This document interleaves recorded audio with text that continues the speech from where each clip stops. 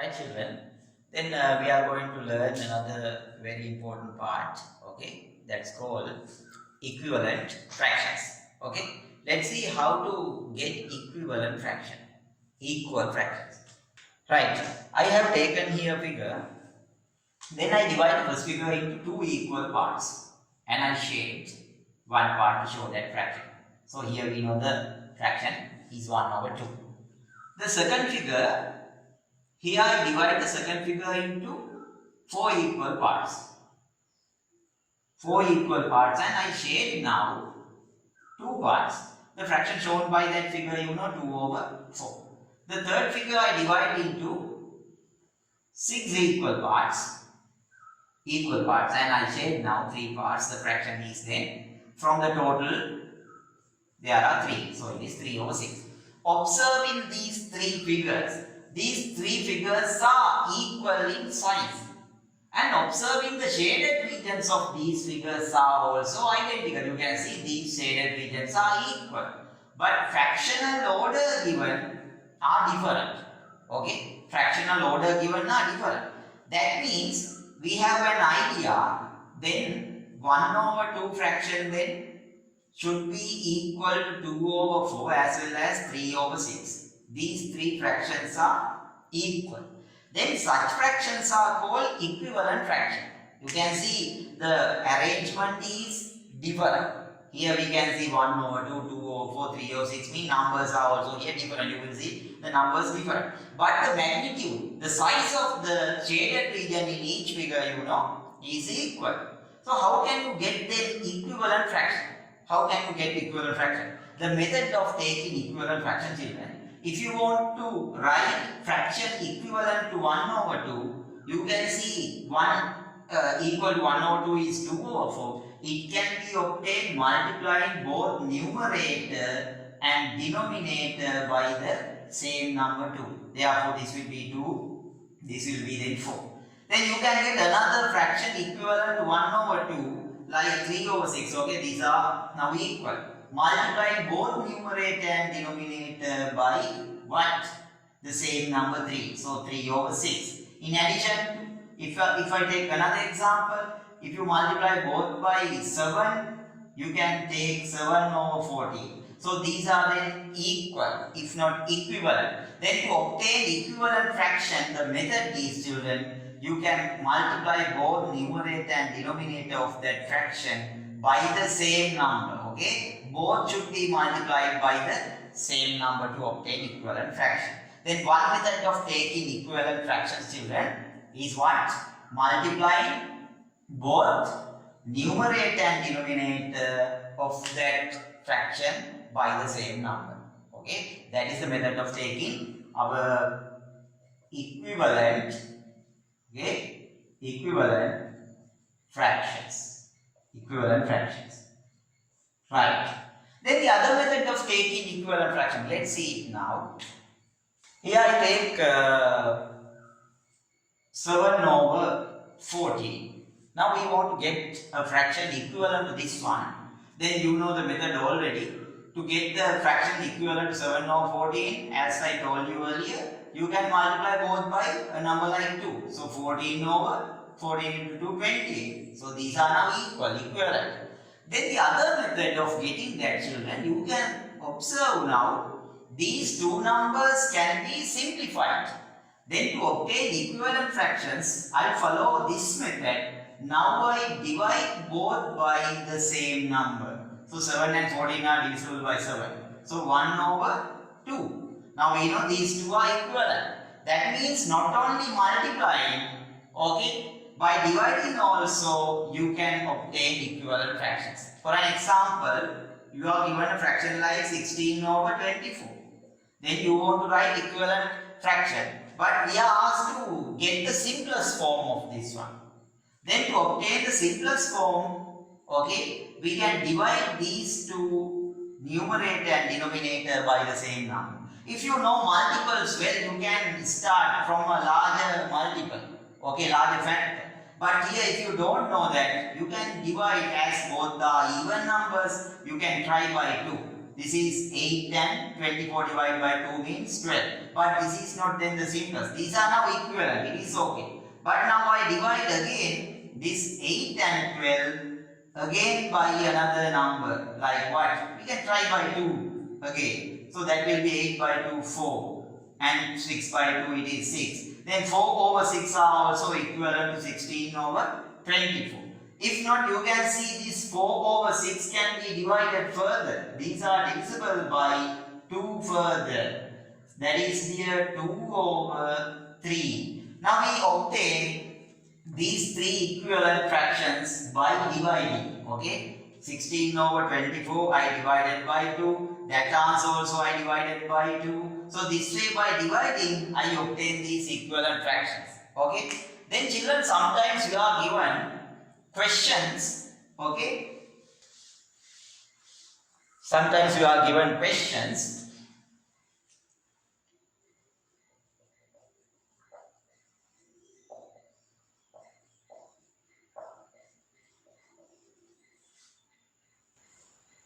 Write the simplest form.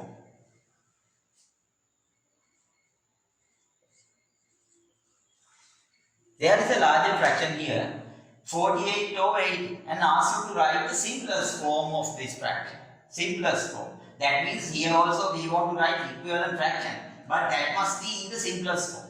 Then if you take this number, these are divisible by other numbers. So if you get these two numbers, actually if you have a knowledge of multiples, everybody knows these are divisible by 2 and these are divisible by 4.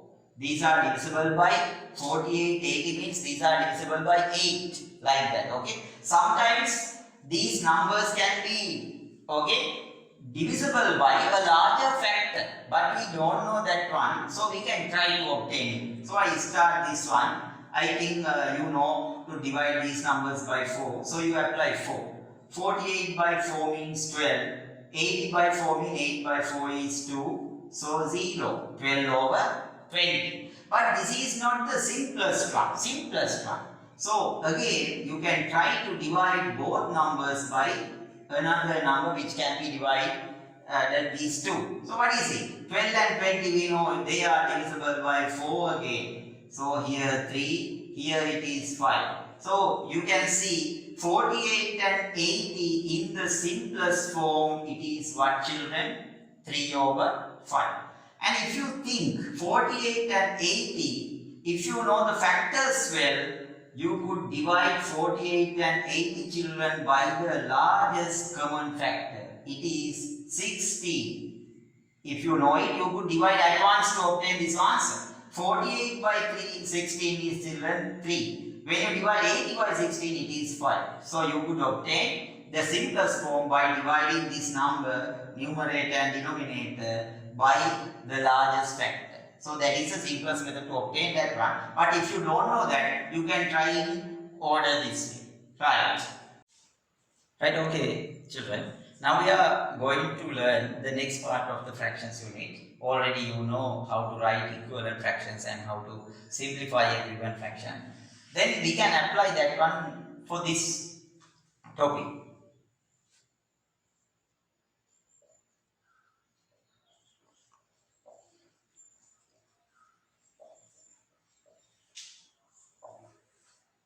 Comparison of fractions.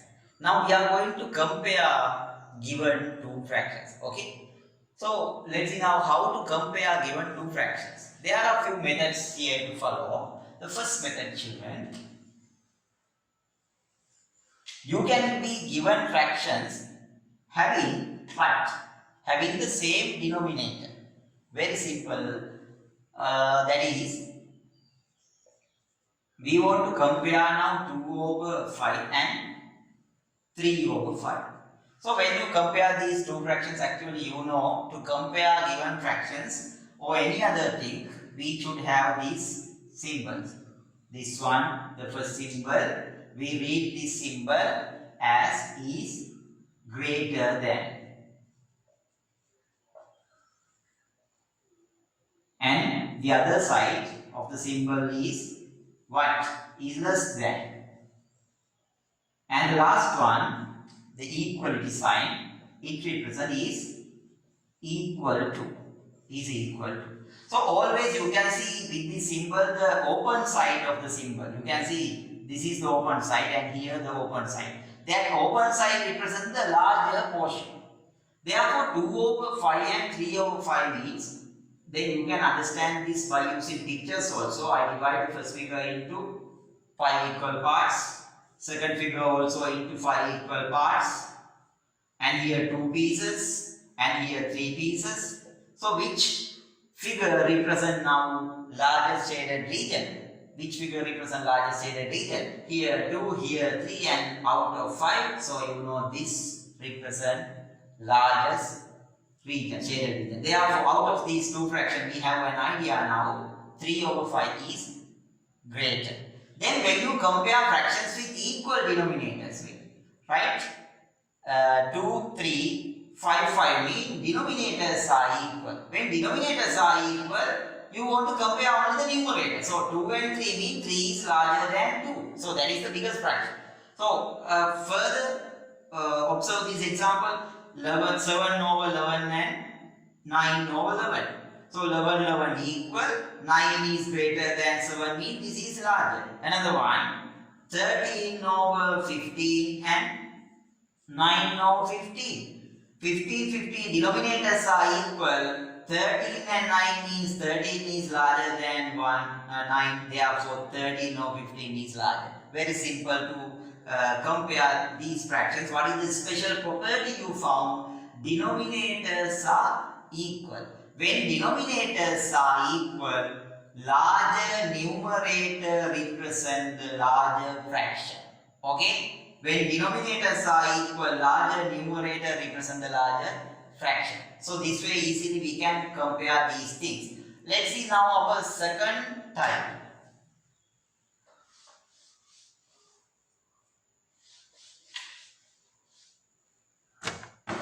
Our second type, we can see 1 over 2 and 1 over 3. Now the special property you can see numerators are now equal, denominators are different. So I use here also the figure. I take a circle is better for this one. A circle is taken. The similar circle must be taken to describe. First circle I divide into 2 equal parts and to show this 1 over 2 shade exact half. From the second one I divide that into 3 equal parts. One part should be shaded. So observing these two equal figures, you can see now the bigger, if not the larger shaded region belongs to this one. Therefore, we have an idea this must be greater than the other means 1 over 2 is greater than 1 over 3. So here numerators were equal but denominators are now different. But I have taken a smaller denominator now represent larger fraction. When numerators are equal, smaller denominator represent larger fraction. So another example, we have got 3 over 7 and 3 over 4. What is your idea? Numerators are equal, 3 equal, denominators are 7 and 4. When numerators are equal, larger fraction is with larger denominator, smaller denominator. Therefore 4 is the smaller one. Therefore, this side is now larger. Understood? That's a method of comparing. When numerators are equal, the smaller denominator has the larger fraction. Another example, you have got 7 over 11 and the other side you have got 7 over 9. 7, 7 are equal mean 11, 9. 9 is the smaller denominator. Therefore, it is larger fraction. Then it's a larger fraction, right? Then the next one, next example, 11 over 14 and the other one is 11 over 18. 11, 11 are equal, 14 and 18 means 14 is smaller, so it is the larger fraction. Understood? That's the method of getting up. Sometimes by giving some fraction in order like 2 over 3, 2 over 5 and 2 over 4, asks you to write these in ascending order. Ascending means from smaller to larger. So you can see 2, 2, 2. Numerators are equal mean you can see the largest fraction here with the smaller denominator. So 3 is the smaller denominator, then 4 is the next one, and last one 5 means the smallest fraction here 2 over 5, then 2 over 4, and then 2 over 3. So this way you can write them in ascending order, smaller to larger, ascending order. Okay, so you can be asked the questions with ascending and descending. Understood? Our last type of comparing fractions, look at this one. Here, now we are given fractions with, okay, now we can see both numerators and both denominators are different. Both numerators and both denominators are different. So when both numerators and denominators are different, we don't have an idea how to get the larger fraction here. Therefore, the method we can follow, children, okay, the method we can follow, we want to get equal denominators. Then equal denominators can be obtained. You can convert this to as a fraction with denominator 10. Therefore, we can write an equivalent fraction for 2 by having denominator 10. We know 2 can be converted to 10. So, I multiply 2 by 5 and 1 also by 5. Now, this is 5 over 10. And 7 over 10 means now we have an idea 7 over 10 is larger than 5 over 10 means 1 over 2 is smaller than, if not less than, 7 over 10. That is our first example. We shall take another example here. 2 over 3 and 7 over 9. Let's compare these two. Here 3 and 9 denominators are different and 2 and 7 numerators are also different. Therefore, we want to get now common denominator. It can be taken, 3 and 9 means, you know, 3 can be converted to 9 by writing an equivalent fraction. What is it? 3 can be multiplied by 3 to make 9. So, 2 also multiplied by 3. Therefore, 6 over 9 and 7 over 9 means, children, 7 over 9 is greater. That means out of these two fractions, 7 over 9 is greater than 2 over 3. So this way I think you have an idea to compare the fractions. Then you are able to do the exercises, okay, in your 9th chapter.